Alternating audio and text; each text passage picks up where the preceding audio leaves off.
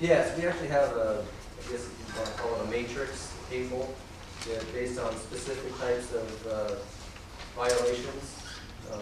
It's basically very prescriptive. It'll tell us exactly, whether we send maybe just like a warning letter, like you get sometimes when you get pulled over by a police officer, you might just get a warning from them.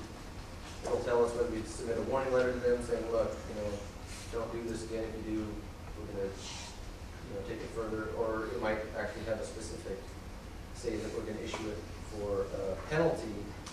And then there's like some equations that we don't do. We have an enforcement section that takes all the information into account and can come up with a penalty for that specific violation.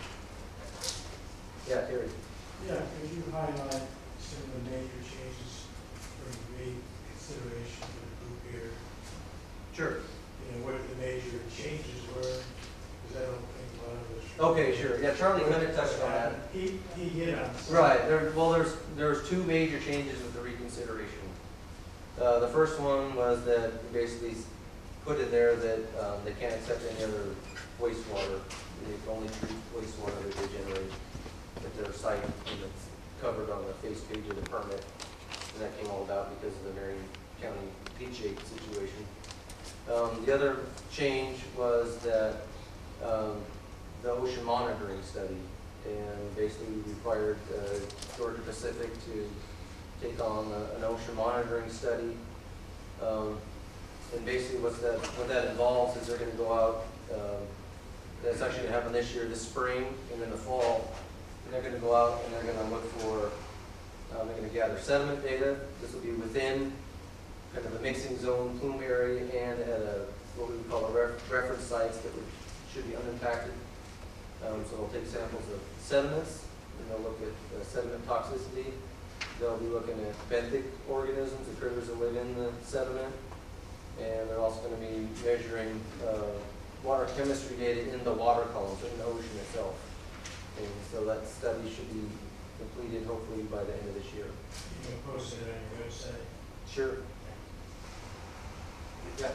Has there been any other requests on permits at Toledo or Camas for their For like treatment? For their water? I mean, they have to have some kind of, is there any requests on their permits to review their permits? like this one, like a request to reconsider. Yeah. I'm not sure on specifically the one in Camas. I think that one's in Washington State, isn't it? Yeah. We've had some other mills in Oregon that actually, this is the first reconsideration, well, not the first, we've only had a couple in Oregon. Usually we actually get sued. So we've had plenty of lawsuits, and those take a long time to resolve. And some of them have been on, I think the Georgia Pacific Wana Mill, which is on the Columbia River, I think there was a lawsuit regarding that. Yeah. What are the scientific credentials of the people at DEQ who issue these permits? Wow, they could be all sorts of different things. Personally, I have an engineering background. There's other people that I work with that have science backgrounds. Could be biology, could be chemistry.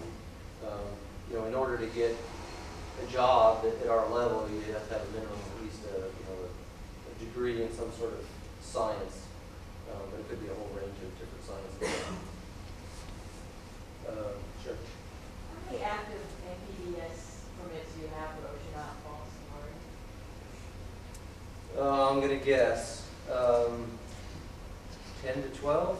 This is the only industrial one. I'm pretty sure that, I think all the others are municipal. Municipal means like discharge for a city, wastewater, sewer. Yeah. Have you done or allowed any cumulative effect analysis on these mixing zones and how they're impacting the water quality? Well, when we look at a mixing zone, we're basically looking at dilution at the edge of the mixing zone, and this is part of the federal regulations that are allowed. And I understand people that don't want mixing zones. We couldn't just deny someone a mixing zone because we felt like it. We probably get an appeal. But have you guys actually done research on the cumulative effects of the mixing zone? What do you mean by the cumulative effects of the mixing zone? Well, I mean, say that zone's been there since 1956, Oh, okay. or, you know, has there been, Well, in this specific case, there was a study done, like Charlie mentioned, back when Huey Lewis was popular, I guess. That did do, you know, they did a study, you know, in the mixing zone. We're going to be doing another one here this year. But that is not very common to do that. Usually, the way the kind of the whole permitting program is set up is we monitor the effluent. Based on what we're seeing in the effluent, and using our water quality standards, we determine if we think there's going to be a problem in the water body. You know, we do have, our own lab does ambient, well, we do monitoring of streams and rivers throughout the state. So we are constantly out there monitoring these water bodies, and you know, we can determine if there's problems. And typically, the way those are addressed is more on a watershed scale. So if we, let's say, I don't know what's a good example. Let's say the Coquille River has a problem with excessive algae. We've determined that by monitoring the Coquille River and analyzing the data.